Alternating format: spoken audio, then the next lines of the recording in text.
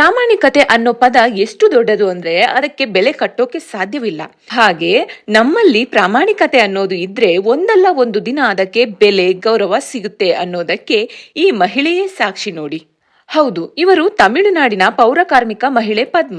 Super star ತಲೈವ Rajinikanth ಅವರೇ ಈ ಮಹಿಳೆಯ ಪ್ರಾಮಾಣಿಕತೆಗೆ ಮನಸೋತು ಖುದ್ದು ತಮ್ಮ ಮನೆಗೆ ಈ ಮಹಿಳೆಯನ್ನು ಕರೆಸಿ ಅತ್ಯಂತ ಪ್ರೀತಿಯಿಂದ ಮಾತನಾಡಿಸಿ ಹೃತ್ಪೂರ್ವಕವಾಗಿ ಅಭಿನಂದಿಸಿ ಗೌರವದಿಂದ 2 ಸವರನ್ ತೂಕದ ಸರವನ್ನ ಉಡುಗೊರೆಯಾಗಿ ನೀಡಿ ಸನ್ಮಾನಿಸಿದ್ದಾರೆ. ಹಾಗಿದ್ರೆ ಈ ಮಹಿಳೆ ಅಂತದೇನ್ ಮಾಡಿದ್ರು ಅಂತೀರಾ? ಅಸಲಿ ಕಹಾನಿ ಇಲ್ಲಿದೆ ನೋಡಿ. ಚೆನ್ನೈನ ಟಿ ನಗರದಲ್ಲಿ ಪೌರ ಕಾರ್ಮಿಕರಾಗಿ ಕೆಲಸ ಮಾಡುತ್ತಿರುವ ಪದ್ಮ ಅವರಿಗೆ ಕೆಲ ದಿನಗಳ ಹಿಂದೆ ರಸ್ತೆ ಬದಿಯಲ್ಲಿ ಒಂದು ಪೌಚ್ ಸಿಗುತ್ತೆ. ಅದನ್ನು ಓಪನ್ ಮಾಡಿ ನೋಡಿದಾಗ ಅದರಲ್ಲಿ 45 ಸವರನ್ ಅಂದ್ರೆ ಬರೋಬ್ಬರಿ 360 ಗ್ರಾಂ ಚಿನ್ನಾಭರಣ ಇತ್ತು.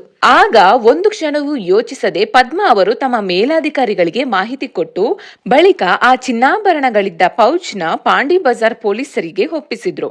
ನಂತರ ಪೊಲೀಸರು ತನಿಖೆ ಮಾಡಿ ಒಡವೆ ಯಾರಿಗೆ ಸೇರಿದ್ದು ಅನ್ನೋದನ್ನು ಪತ್ತೆ ಹಚ್ಚಿ ಅದನ್ನು ಅವರಿಗೆ ತಲುಪಿಸಿದರು. ಈ ಕಾಲದಲ್ಲೂ ಪ್ರಾಮಾಣಿಕತೆ ಅನ್ನೋದು ಉಸಿರಾಡುತ್ತಿದೆ ಅನ್ನೋದಕ್ಕೆ ಪದ್ಮ ಅವರೇ ಎಕ್ಸಾಂಪಲ್.